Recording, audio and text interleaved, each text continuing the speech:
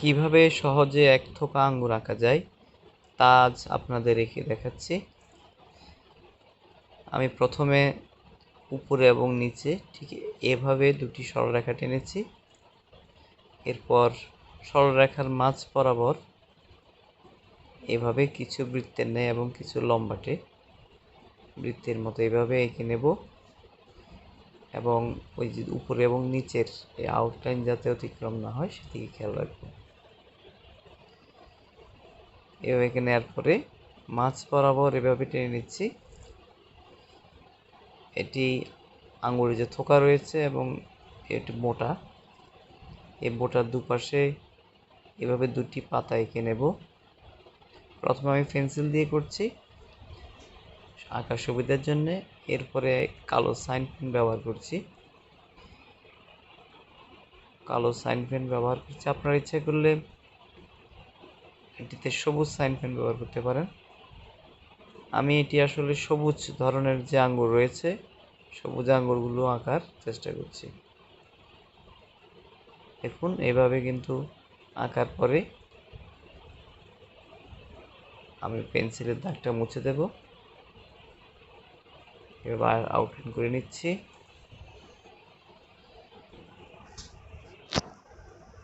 সহজে আঁকা যায়, খুব সহজ। আঙ্গুর আঁকা তত কঠিন বিষয় না, শুধু একটু পদ্ধতি অবলম্বন করবেন। আমার কাছে এই পদ্ধতিটা সহজ মনে হচ্ছে। এরপর রং করে নেব। আমি সবুজ রং ব্যবহার করছি, এক্ষেত্রে হালকা সবুজ।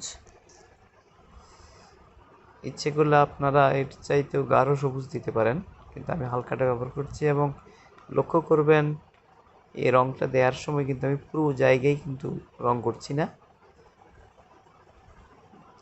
চতুর্পাশে রং করছি এবং মাঝে কিন্তু সাদা রেখে দিচ্ছি। পুরোটা সাদা না, অর্থাৎ চতুর্পাশে আমি যতটুকু গাঢ়ত্ব করছি তার মাঝ বরাবর হালকা করে নিচ্ছি। এতে কিন্তু আপনার আঙ্গুরের দেখতে একটা বাস্তব আঙ্গুরের অবয়ব সৃষ্টি হবে।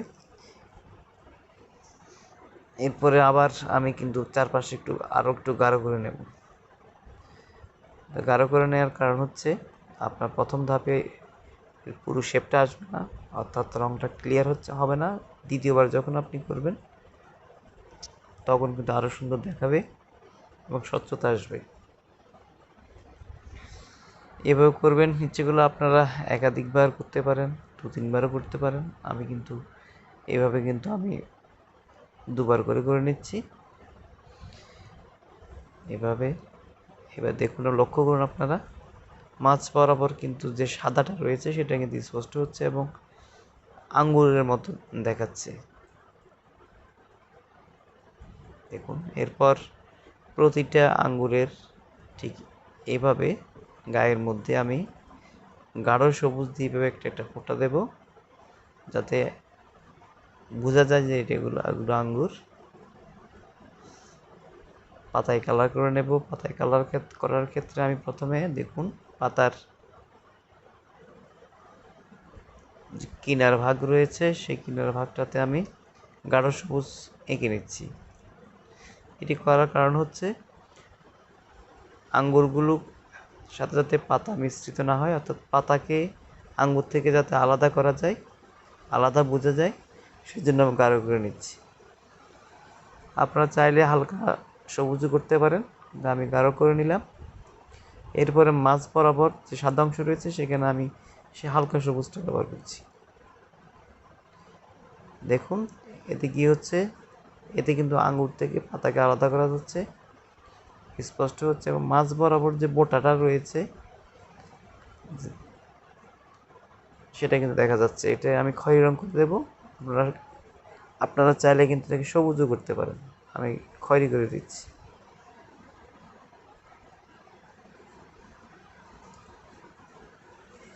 এরপরে আমি এর চতুর্পাশে, আঙ্গুরের চতুর্পাশে, পাতার চতুর্পাশে আমি এভাবে প্রথমে হালকা নীল করে নিলাম। এরপর এটাকে আরও একটু গাঢ় করব। দেখুন এভাবে নিচ থেকে গাঢ় করে নিচ্ছি। এতে থোকা আঙ্গুর এক থোকা আঙ্গুর কিন্তু আলগা আলগা মনে হচ্ছে এবং স্পষ্ট হচ্ছে এবং দেখতে আরও সুন্দর লাগছে। এটি আপনারা অন্য যে কোনো রং দিয়ে করতে পারেন, আমি কিন্তু এখানে নীল ব্যবহার করেছি। দেখুন পাতার চারপাশে দিয়ে নিচ্ছি। এভাবে কিন্তু আপনারা করলে কিন্তু খুব সহজে আপনারা আঁকতে পারবেন। আমি কিন্তু এঁকে নিলাম। প্রিয় দর্শক, হয়ে গেল এক থোকা আঙ্গুর আঁকা।